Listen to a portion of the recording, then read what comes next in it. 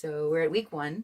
The monologue in the book, which is week one, is Airsick by Emma Frost. The character is Scarlet.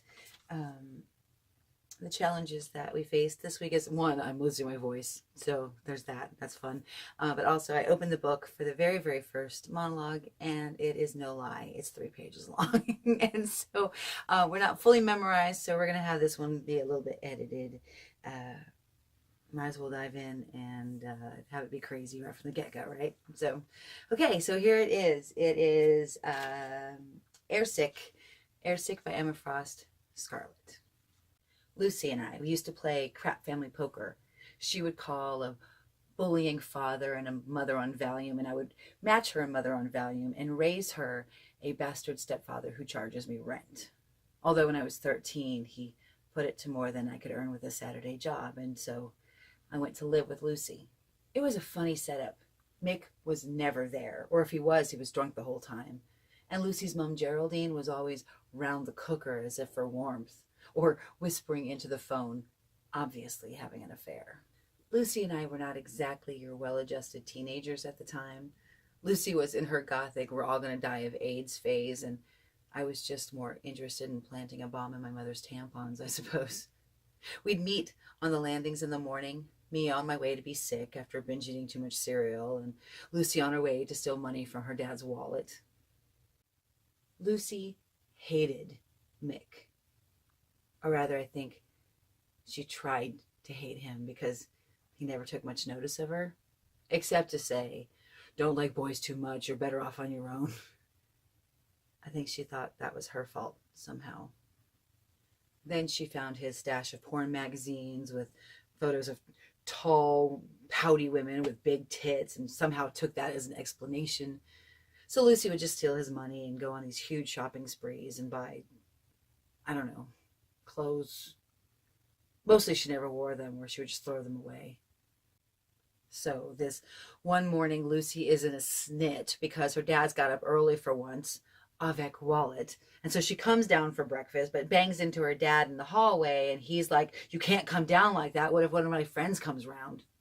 Of course, Mick's just freaked out about having a teenage daughter on the loose with no knickers on, no matter how long her dressing gown is.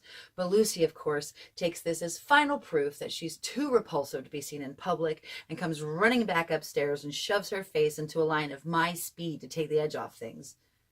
I thought about going to her, but I was still cross because she'd shrunk my new top, so... Anyway, the big scene between Lucy and Mick gives Geraldine the perfect excuse to pick a fight and nip out for a quick one. So she throws a hissy fit and storms out saying she's had enough of the lot of them and isn't ever coming back. Which then sets Lucy off crying and screaming and... Which, of course, is really hard to wank through. So I finally give up and I come out to the landing to see if I can help. And I bump into a lodger, a gray-skinned man with eyes like a lizard carrying a suitcase.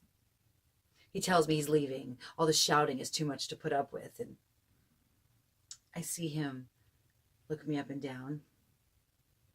And I know what he's thinking. And Geraldine's been good to me, and she needs the money. Penises are strange. On one level, mechanics. But on the other, a manifest wanting of me. And it's the wanting that sucks me in, holding it up to the light like a marble to look at in awe. This penis-shaped wanting of me. And while he grunts in the dark, lost in his skin, I gaze at my marble. And later I have black acorns in my stomach.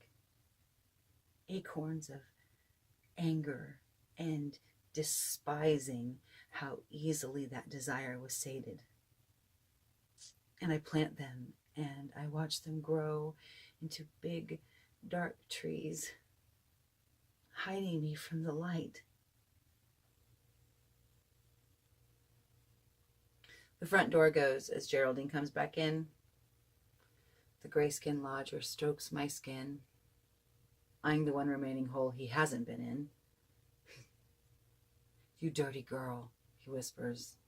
You've got fuck me written all over you. You want it in here, don't you? Yes, I lie. But what I'm really thinking is, it's 7 o'clock, which means I've missed dinner.